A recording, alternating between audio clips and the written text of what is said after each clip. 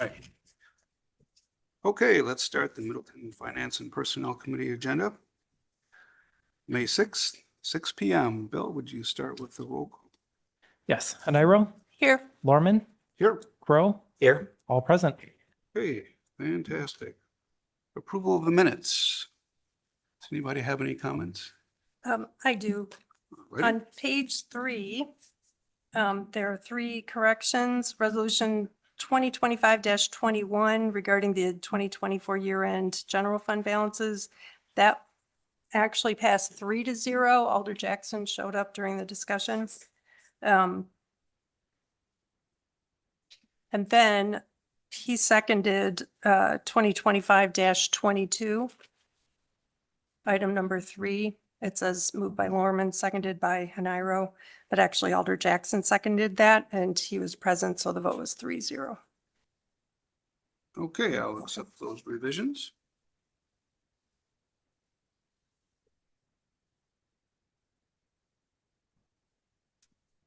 Okay, we'll make Thanks, those Bill. adjustments. Alrighty. Next, we'll move on to audit of the bills. Any updates, any revisions, Bill? Yeah, just one update this evening. We have an invoice for Marco, which is the city's IT provider. This is for licensing, and the dollar amount is $4,300 and no cents. Alrighty. We'll accept those. Any comments? Anybody? Questions? I would move approval of the audit of the bills with the addition that Finance Director Burns provided. All right, second. I'll second. Okay, all those in favor? Well, I do have a Oh, question just about the $50,000 expense for the destination partnership for the Central Cross Country Ski Association. Do you know what that's about, Bill? Is I that an- believe that is a grant from the Tourism Commission for that project. Okay. I don't have the details of how they're going to be using the grant funds, but I know that came from Tourism Commission. Okay. And those don't need to come past the committee, the Finance and Personnel Committee? No, if not, if it's within the budgeted amount for the grant program. Okay. All right. Thanks. That was my question. okay, all those in favor of accepting the audit of the bills, say aye. Aye. Aye. Any opposed? Great. All right, and Bill, you wanted to move up on the agenda. Yeah, I recommend moving up item number 1, the 2025 capital borrowing process and amount. We do have Brad Vigut from Baird, who is on the Zoom call and is logged in to speak to this item. Okay, yep.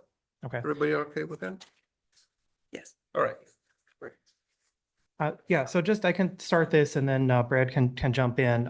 This would be looking to start the process for our 2025 general capital borrowing. Included in the packet is a draft timeline that spells out the dates and process. We'd be looking at having an action item available on the first meeting in June for Finance Committee and Council. The other item that we wanted to go over in addition to the timeline and process is the borrowing amount. The budget as approved for 2025 had a general capital borrowing amount of $4,205,500, I believe. And we did have some excess capital funds that were unallocated from 2024. My recommendation would be use a portion of those to reduce the borrowing amount to $4 million. That leaves us an amount if needed in case there are some small overages on projects, but would help us reduce our borrowing costs and interest costs by lowering the borrowing amount. Okay. Bill, would you like us to move on that now or wait for the presentation? Yeah, not a formal presentation, but Brad, if you're available, I'm wondering if you can just speak to the process for using the parameters resolution that you're recommending. Sure. I'll do that. Can you hear me okay? Oh, Nope. no.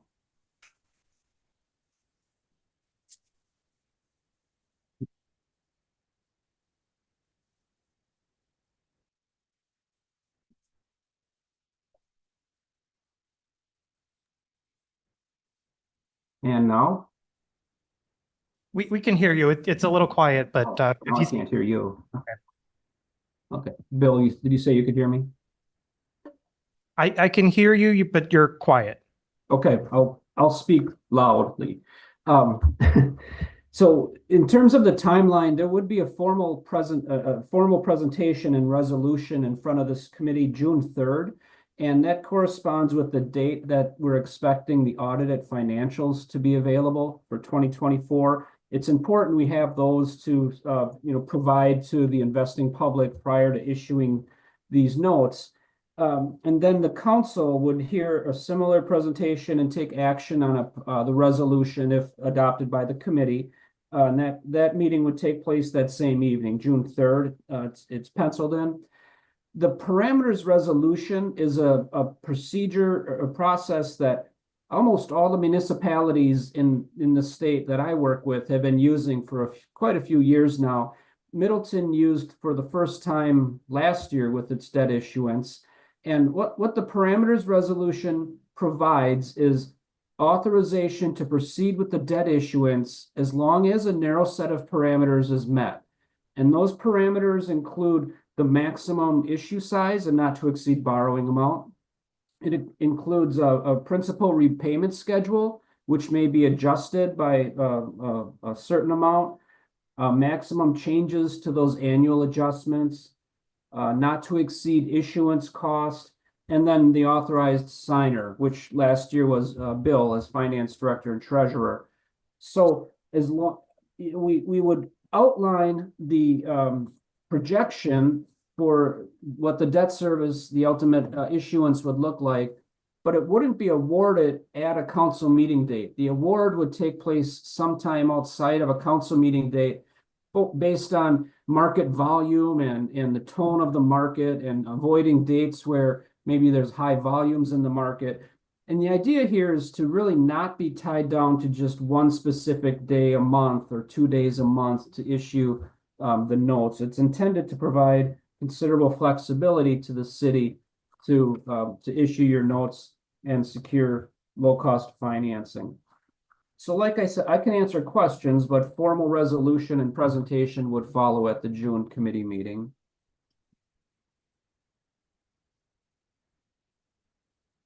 Questions, anybody? Not for Brad. No. Okay. But yeah, Brad Vigud and I are both available to answer questions. If the committee would desire, the potential action would be, first of all, recommending the application of the $205,500 of excess capital funds to reduce the borrowing amount, and further to authorize staff to work with Baird to prepare for the debt issue. And then we would bring that back on June 3rd, as Brad had indicated. Well, I'll go ahead and move that we recommend the application of $205,500 of 2024 excess capital funds to reduce the 2025 borrowing amount and to authorize staff to work with Baird to prepare for a debt issuance in the amount of $4 million based on Baird's tentative financing timetable as of April 21st, 25. Okay, do we have a second? I'll second. All right. Any further discussion? Yes. I'm a little leery about using our excess capital project funds, even though, you know, it could save us some money in the long term. I'm thinking about, like, what if we need that money for something later in the year? Can we borrow for it then? Is it better to set it aside just in case? And then the flip side of that is, why not use all of it instead of $223,000 to reduce interest even more? Why hold on to that 17,500? Yeah, a couple thoughts on that. First of all, we do have some projects that are budgeted for this year, but not likely to be spending a large portion of the funds during this year and will likely be carried over. So that does give us some cushion to have available if there should be things that come up. If there's something larger that comes up mid-year, there is the opportunity to do an additional borrowing or a temporary advance from another fund if necessary, and we could consider that at that time. As far as the dollar amount, part of it was to look at having a round dollar amount, kind of similar to what we've done in previous years, and to leave a small cushion, in this case, approximately $18,000. So if there's something that's a few $1,000s on a project that we need to act on before we get farther into the year where we have a better sense where some projects are going to end up, you could apply a bit more. Notes are typically issued with $5,000 increments, so you would round it to the nearest $5,000. If you wanted to reduce it slightly further, you could. I was recommending an even number. Okay, thank you. Okay, so we have a motion on the floor to move forward with the capital borrowing process as outlined in the summary statement below. Do we have a second? I'm sorry, we have Yep, that we already. did that. You do Okay, have a all second. those in favor? Sorry. Aye. Aye. Any opposed? Okay, thanks. Thanks, Brad. Okay, please.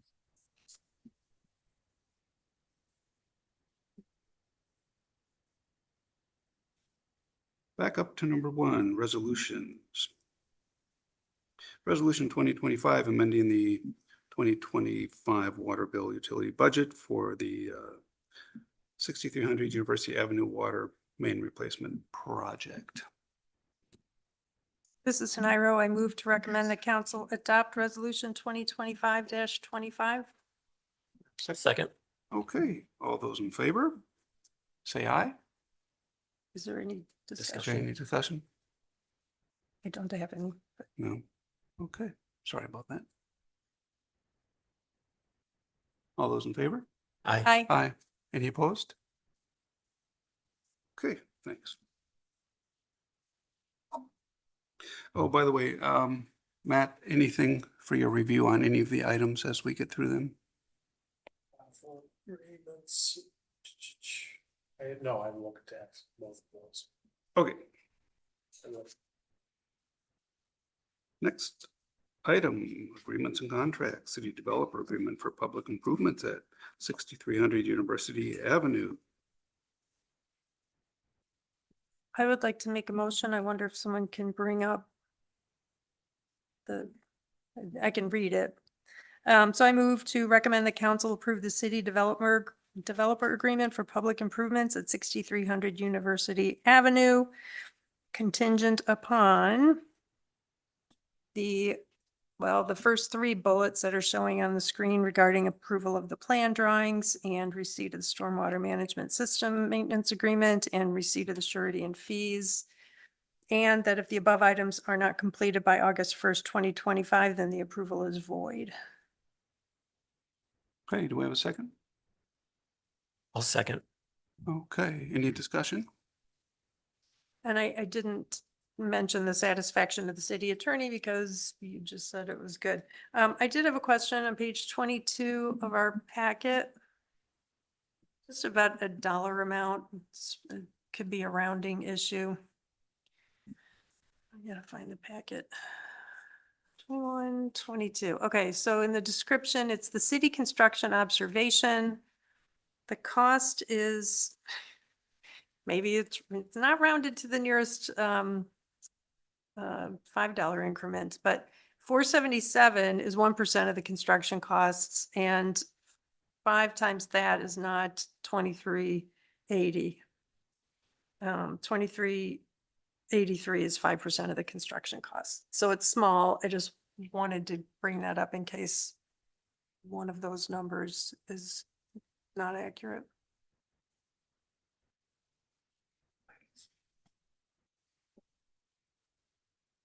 I see private citizen Sean is here.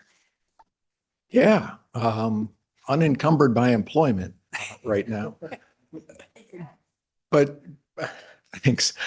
We do a little bit of rounding in there to make reasonably whole numbers, just because these are auditable deposits and expenses. So at the end of the day, it all washes out. If we ended up needing more, we need to collect more. And if we have excess, we refund it to the developer. Okay. So if we're comfortable with the amounts staying as they are, that's fine. I just, like I said, when I notice something like that, it makes me want to check other numbers as well, just in case.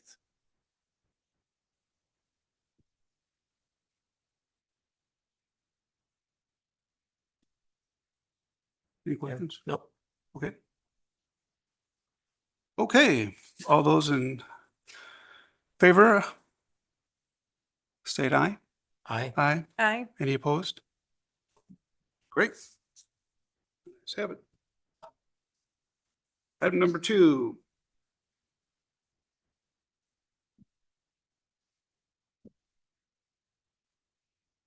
Catching up with my slow iPad.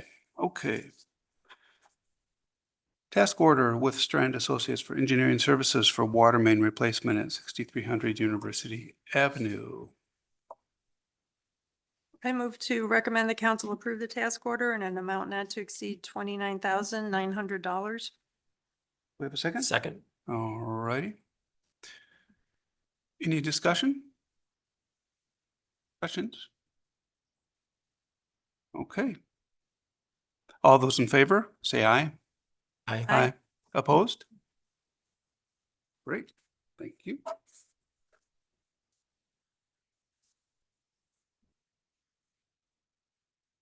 Bids and quotes.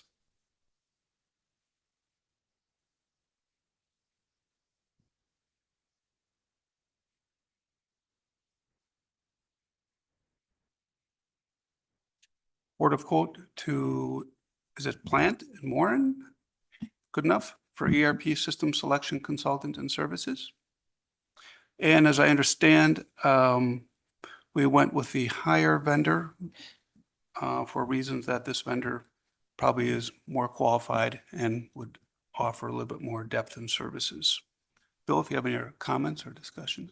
Yeah, I can speak to that to elaborate on some of the information that's included in the memo in the packet. So the city issued the RFP for the RP system selection consultant. We had 3 respondents, Plant Moran, Sheehan's, and Barry Dunn. Staff team evaluated those, looking at both a technical rating that looked at things such as the firm size, the project team, the depth of experience, the number of hours, the specific deliverables that would be included in various other items. We also looked at a cost rating. So the lower the cost, the higher the rating. Weighting of those 2 factors was weighted 65% towards the technical rating, 35% for the cost rating, and then those were added together. The 2 highest firms after doing that evaluation were Plant Moran and Sheehan's. We then conducted interviews with both firms and did reference checking on our top firm. And based on all of that, we're recommending Plant Moran over Sheehan's, which was the lowest cost proposal.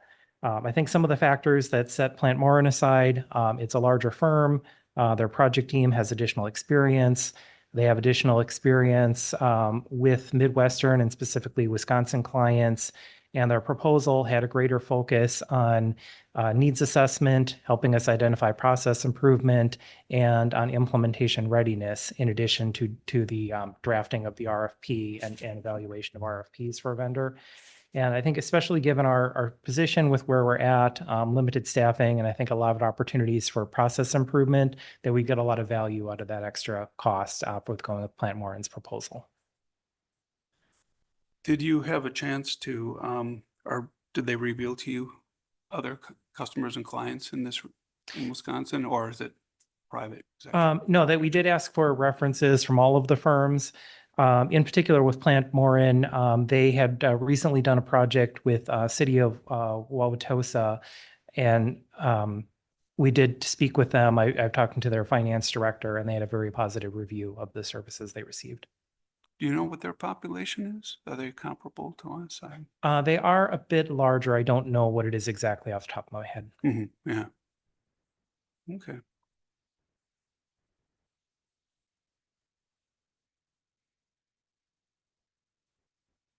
Any other questions for Bill?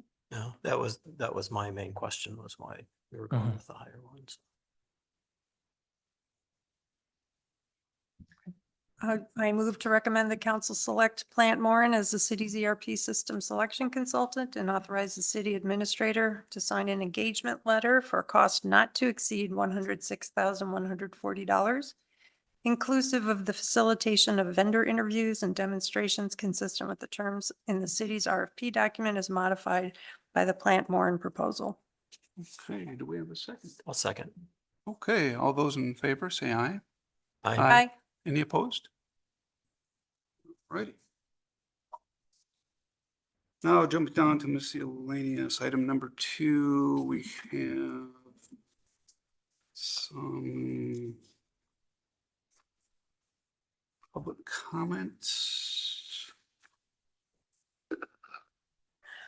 21. Okay, we'll take it alphabetically. Is it Jane Burr? Jake. Oh, Jake. All right, Jake, sorry. You got it. I got bad handwriting anyway. Don't worry about it. Yeah.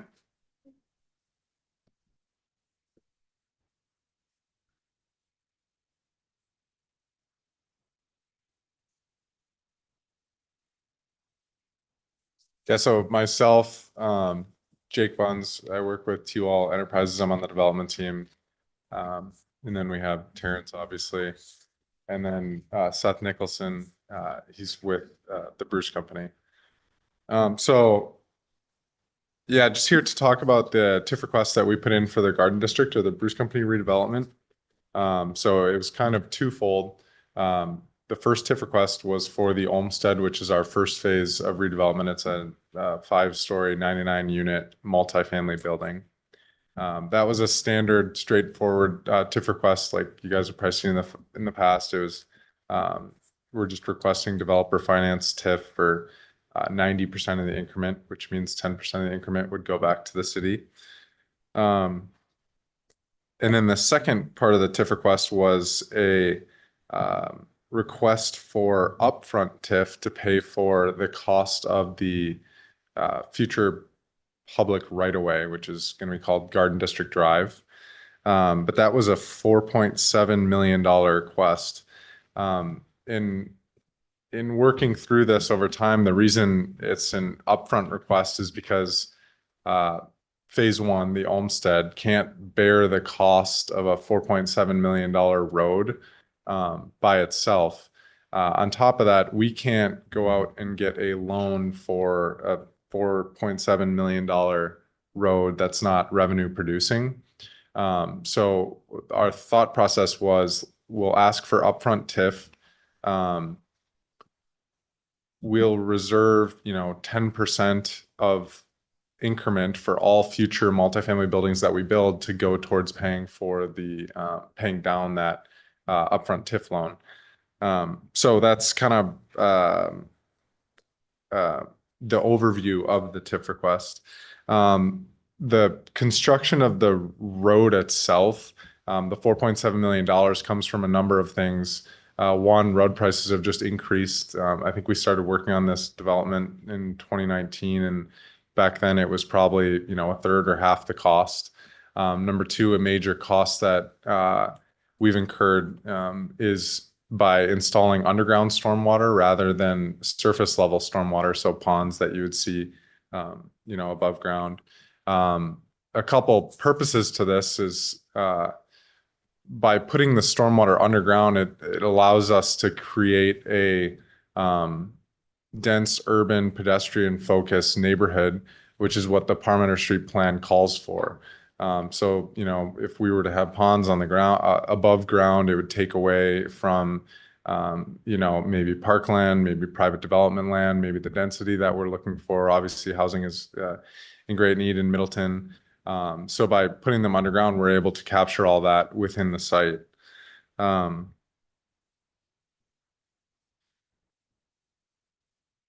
Yeah, that's basically the gist of the request. So two-part, and I just want to reiterate, like the public road is for more than just our development. It's going to connect Laura Lane back over to Parmenter. It's going to give access to the public park, the future public park that's going in the site. And so, in order for us to make this happen, we need the upfront TIF for this public road.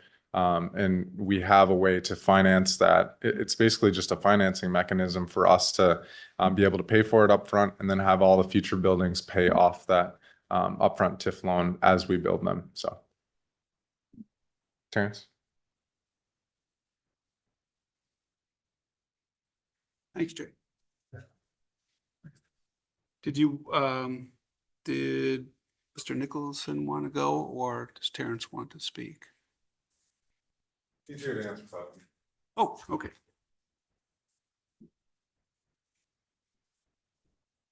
Thank you. So I just want to emphasize a couple things is that we conducted significant soil boring tests throughout the site. There are extraordinary costs with the stormwater system and with the public road because the site has been filled significantly over the years. In fact, we found multiple parking lots as we went down. They just piled dirt on top. So there's a cost there in terms of the undercutting of the site to build the road. It can't just put a road down on the current soils. The public stormwater system does retain water for the public, the road and the park, the public park. The road is public. And I estimated from Houston, a contractor who bid this, he estimated for us that the costs have gone up about 1/3 since 2019, since we started the project. So just big increases in materials and labor and all of that.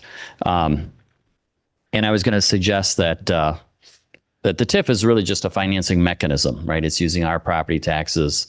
We had proposed 10% from each of the 8 buildings would go back to the TID to repay the public, the TIF, excuse me, for the road and the stormwater system. If you wanted to increase that to 15% as a compromise, you know, that's fine. That's not important to us. What's important is how do we finance this $4.7 million, which is significant. And I'm sure, you know, one building won't finance that. We can't get a mortgage for the building and a mortgage for that. And there's no collateral to provide for a loan, and there's no revenue, so you can't get a loan. So that's why we're asking for the TIF for the infrastructure, because it's a financing mechanism. And that's exactly what TIF is for, to finance the infrastructure for housing and other improvements. And it's also for a public purpose, which is the public stormwater, the public road. And there's extraordinary costs, which is one of the criteria of TIF, that there be extraordinary costs, which there are very specifically in this case. Many people don't know that the downtown area is really the old glacier lake they call it Lake Middleton. And so it has bad soils, you know. We had to do a lot of undercutting. We had to do pilings. I don't know if you know, but Middleton Center sits on pilings going down 100 feet deep because the soils are bad. And it's an urban site. There is additional cost to building in an urban site versus some farm field. It's just a lot easier. So I'll leave it at that, very short and sweet. Appreciate it. I wanted to circle back. Oh, yeah, sorry. I wanted to circle back. Go ahead. You said that there's a 30% increase from your estimate since when you started. And I'm thinking that you probably had these conversations in 2019 if we put this forward, or 2020. I just want to circle back because that's a significant number. And what Finance Committee may or may not know is we have been trying to do quarterly conversations with developers all across the city, you know, whether they're looking at drafting proposals or full on, or, you know, digging, you know, in the ground. So something I've been hearing lately is that cost of labor, cost of supplies, which are external. But when you said that the roads are costing about 1/3 more, that's out of 4.7 million, that's $1.5 million. So that's very significant, and it resonates with what I've been hearing from across. So I don't want you to be surprised if you hear more of this in the coming year, you know, as people are starting to worry about some of their projects, not for what we're always doing, but just for external costs. The other thing that I wanted to circle back on is it strikes me that in 2019, there were a lot of differences in the city. You know, it was before our zoning changes, so maybe there's some things that are better. Maybe there's some other things that are more challenging. Can you speak a little bit to that? Like, as you go to lay down this, I know we had the flood in 2018. Is there some challenges there that you can share? Well, examples, if you recall, we had trouble with locating a site for the swale, the bioretention for the stormwater, which is a first component, and then it goes to the pipes first, and then the storage containers, and it gets filtered. And so the bad soils out there mean that we couldn't build a detention pond without significant undercut, like really going deep. And so doing the underground stormwater is an extraordinary cost, but it's also because of the bad soils, but it also gives you the density. And as Jake reminded me, this project that we're proposing exactly meets the neighborhood plan that the city laid out, which is a desire to get more housing density. It's an urban site. It's not some farm field. To give you an example, it's 14 acres. So if Bruce Company were building a typical big box like Menards, that would be a 12 to 14 acre site. And the Menards on the west side of Madison is 14 acres, and it's assessed at $14 million. This development will be close to $200 million of assessed value. So you're getting a lot more bang for the buck, as a city, when this comes out of the TID. And part of making that happen is the density, the underground parking, which enables the density, the underground stormwater detention, the public road. And the way to do that is to provide the TIF for the financing of the road. There's no way otherwise to pay for that 4.7. Bruce Company can't pay for it, they just can't afford that. We do support all of our businesses. Yeah. So we want to make sure that we are being thoughtful to the Bruce Company. So I appreciate your insights. I didn't mean to interrupt.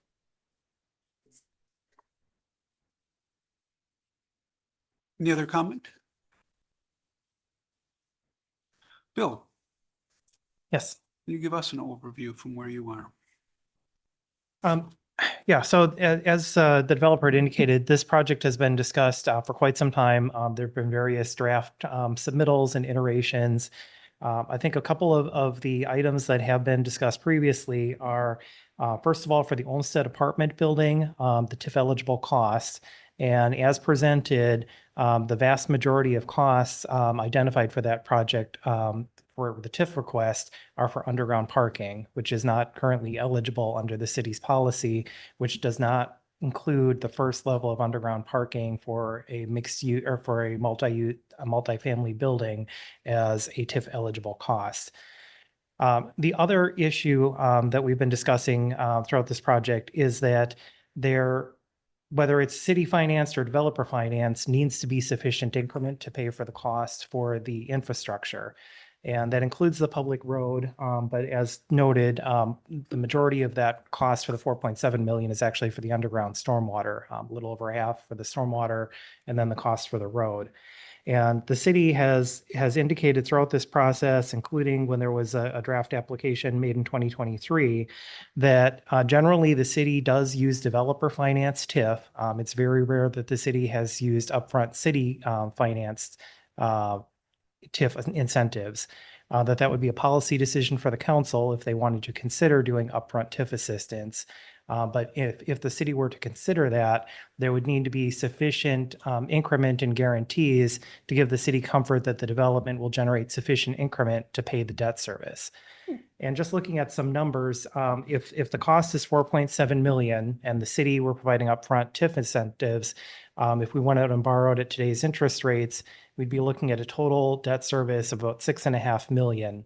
Over the remaining roughly 10 years in the TIF district, we'd need to generate about $650,000 per year on average in order to make those debt service payments. 10% of the increment for the Olmsted project at stabilization is about $29,000 per year. At 15%, that would be about $43,000 per year. Even if all 10 buildings were constructed on day one at those percentages, that's not going to generate sufficient increment to pay back that debt service.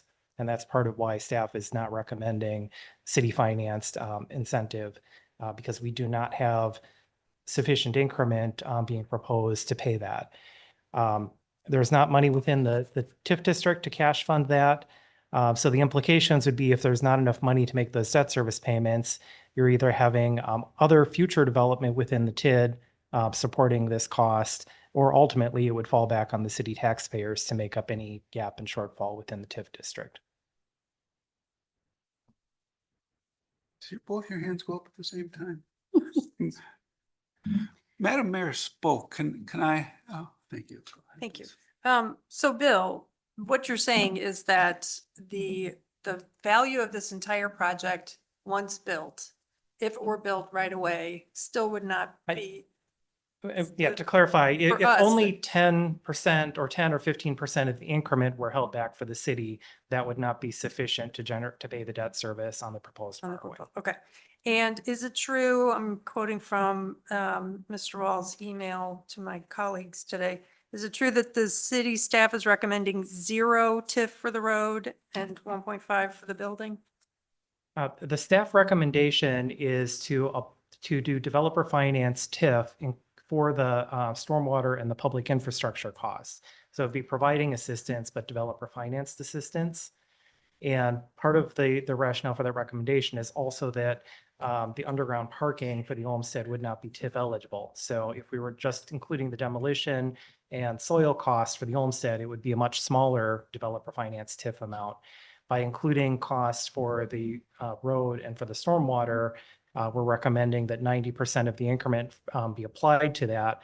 That would provide increment on a developer finance basis to pay for a portion of those costs. And as future buildings go in, the city could consider applying a similar percentage of increment from those projects until those costs are fully covered for the road and the stormwater. Okay. And, taking these parts one at a time, the parking lot, to me, that is the easier of the two to settle. Because a year ago, we heard the same concern about the parking lot. If our TIF policy says we do not provide TIF for the first level of underground parking in residential buildings, and our staff have determined that based on the pro forma with rent being anticipated for the 84 parking stalls that will be underneath the building, the only level underground, it seems like those are intended for residential use. Mr. Wall's message says that Bruce Company employees will park in these spots during the day while apartment residents park there at night. I have never seen an arrangement like that. I can't imagine paying rent for a parking space and having it used by somebody else during the day. What if I don't work that day? I'm at home. So that doesn't ring true to me excuse me. That doesn't ring true as a good financial arrangement. So I feel like if it's our policy that we do not fund this particular type of situation, doesn't matter that it might be connected to use by the Bruce Company employees. This is what our policy says. This is why we have a policy. So I'm not in favor of TIF for the underground parking. And then when it comes to the public infrastructure and the stormwater, to me, developer financed is not the same as 0 TIF. And I'm much more comfortable. It seems like we've done, Bill, as you said, traditionally we do the developer finance because we want to reduce the risk to the city and public taxpayers. And that seems perfectly reasonable and what we as a council should be doing.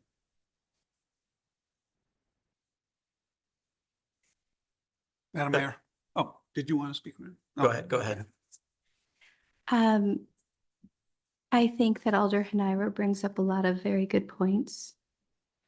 One of the things that I want to bring to light is that the policy on TIF underground parking changed after this proposal was initially submitted. When I look at casework inside my day job, if something is submitted and the rules are here, we generally grandfather them in under the former rules. So, if this was a brand new project, that is the city's standard. In 2019, that was not the city's standard. So I want you all to think about, if you're looking at the price of a road And if this tool is being used in one way, and the high cost of this or the lack of return, and there's bills bring up some great things. But if you're looking at considering grandfathering in a project, which there might be one or two others, I don't know what else is out there. We have like 10 or 12 that are pending. That's probably significantly more. So the one thing I heard from Bill is that it is the choice of council to have a policy debate if this would be acceptable or not. And that is something for finance to consider. Oh, absolutely. And that's not to say that is the answer. Just so But- I understand one thing, so you're saying that prior, so when this project was started, 2019, we did not have a policy regarding the limited use of TIF for underground parking. From my recall, we actually did support the underground parking as part of TIP because we wanted less paved land. Because what you do see a little bit more, and the Lake Street apartments are an example, they were after.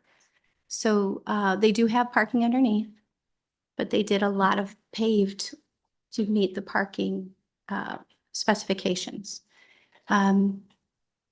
So it's one of those things that becomes a trade-off. And it's a policy that, you know, we as a city went after, but more so because we wanted, you know, so many less parking spots. That was the hope, but we're still car-centric. Right.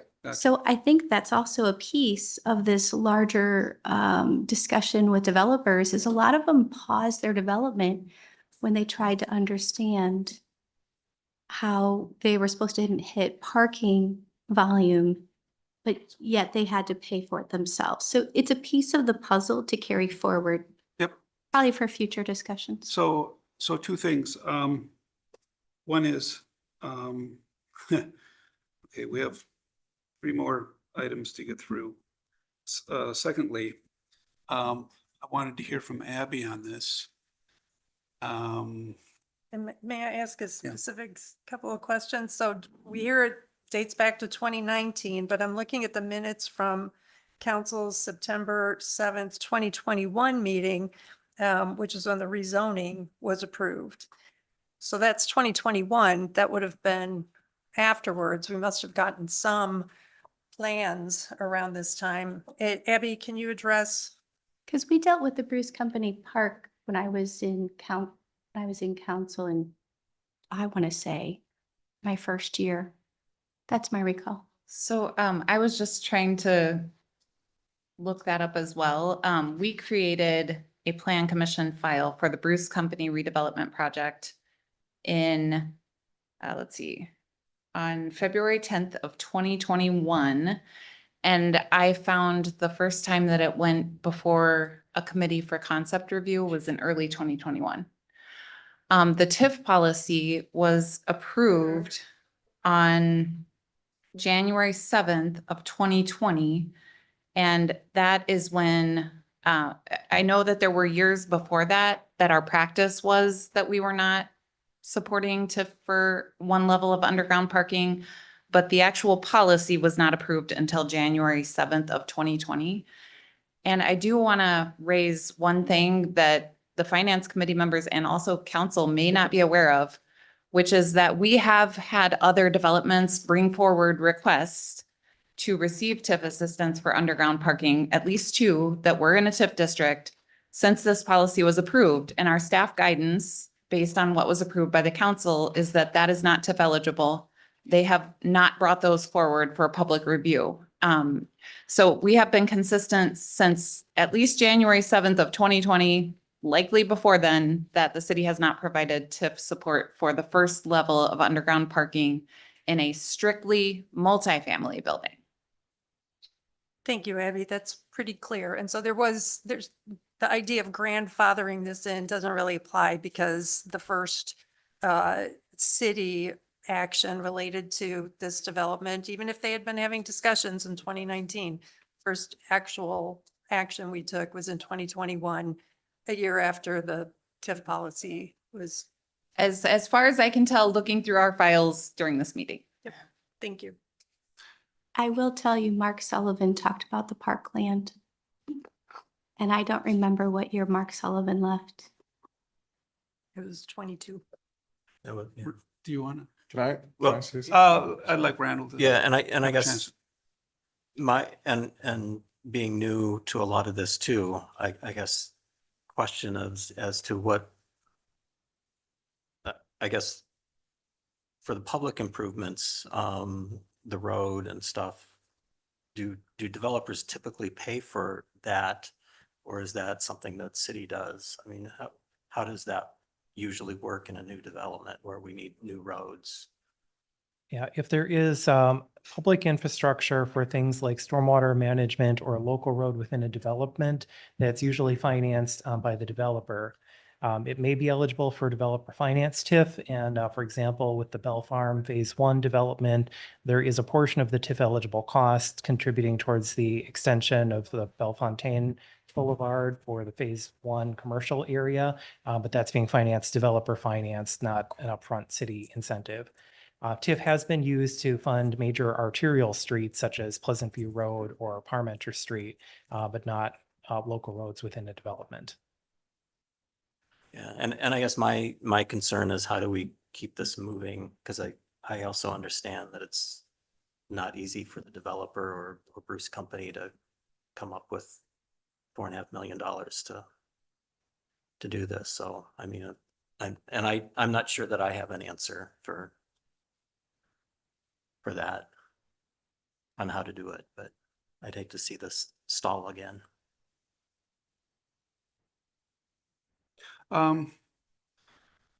Jake, one more comment, and then I think what we'll do is we're gonna have to send this up to the Common Council. And Okay. We've gathered quite a bit of information here. I just encourage you guys to think about this in the bigger picture, or specifically the underground parking, that it's a mixed use, although this is a multifamily building, it's a mixed use site. And the plan for the future is to connect these underground parking garage to the Bruce Company, to the other multifamily buildings. And not only that, I understand the TIF policy not, being in favor of TIF for one level of underground parking. But that's maybe for a greenfield multifamily building site where the parking just sits right underneath the building. The building we have here is an L-shaped building, and our structured our parking deck, our single level underground parking, extends beyond the footprint of the building. So it's a square. So there are large costs associated with that to stick more parking underground to create more green space above ground and create a dense urban pedestrian neighborhood. So, yeah. Okay, thank you. Hey, members. Lisa's weighed in support of current city policy. Randall? Yeah. I'm inclined to also continue to obviously support city policy at this standpoint. But I really, we should move this up to the council for discussion, and Just we can make some recommendations. Bill. Yeah, point of information. So for tonight, we just have this as a conceptual review Yeah. on the finance committee, not on council for tonight. Oh, okay. Our Sorry. normal process would be after the conceptual review that we place this on a future finance committee meeting with the possibility of going to council for further discussion. So we could schedule that for a future meeting date if you would Okay. like, for both finance committee to have an additional review and then council discussions. Okay. So you don't need any decision from us. This is just for review and It's concept review. Yep. concept review. Okay. Okay, item number 3. Any appointment to Water Resource Management Commission. As I showed up a little ahead of schedule. I very much, I guess what I'd like to say is regarding, we need to make an appointment to the Water Resource Management Commission. I'm certainly very much in favor of continuity and would absolutely continue to support Alder Nairo as the liaison if she is willing to. She is willing. Okay, Thank you. I appreciate a your second for support. that? I would second that. okay, all right. So you weren't voluntold, you were I was volunteered. volunteered. Well, Thank you. Thank you very much.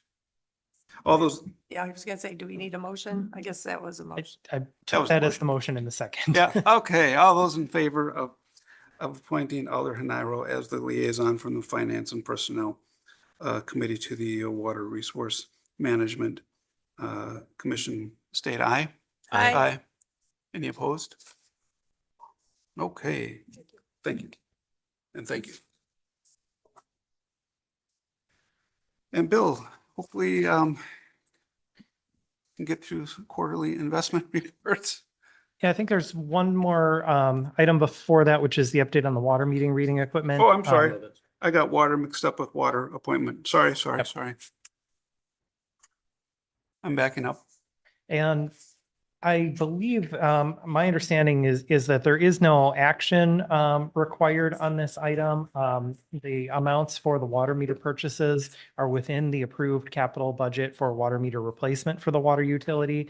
But the utility staff and Public Works committee wanted to provide information on a change in vendor and some change in costs. And I do see that Mike Meyer is on Zoom if he has anything to update. Would we like to hear a quick summary from Mike? Do we have, I'm good with the change. excuse me? I'm good with the change. Yep, And, yep. No. Yeah, I am too. Okay. All right. If no one has any questions for Mike, then Bill, you're not looking for a vote on this. This is just information only. Yeah, that is my understanding. I think it's on the council agenda as authorization to proceed, but in discussing this with Sean, it's within the approved budget. So normally the purchase of something within the approved budget would not require action. Is that correct? Okay. All righty. Move on then to the update on quarterly investments. And in the interest of time, I don't have a presentation to go through. I'd be happy to answer any questions. We've seen a lot of volatility over the last quarter, but I think we are still served well by the mix of investments that we have. I just had one question. Mhm, please. Do we ever invest in any, or do we ever hold investments for more than 5 years? It seems like that line in our table is always 0. No, our policy limits us to 5 years. State statute would allow us to go up to 7 years for certain types of investments, but we've self-limited to 5 years. Okay, thanks. Any questions, Randall? No questions. Okay, well, if we don't have any other questions for Bill, then we do stand adjourned. Thank you, everybody. Thank you.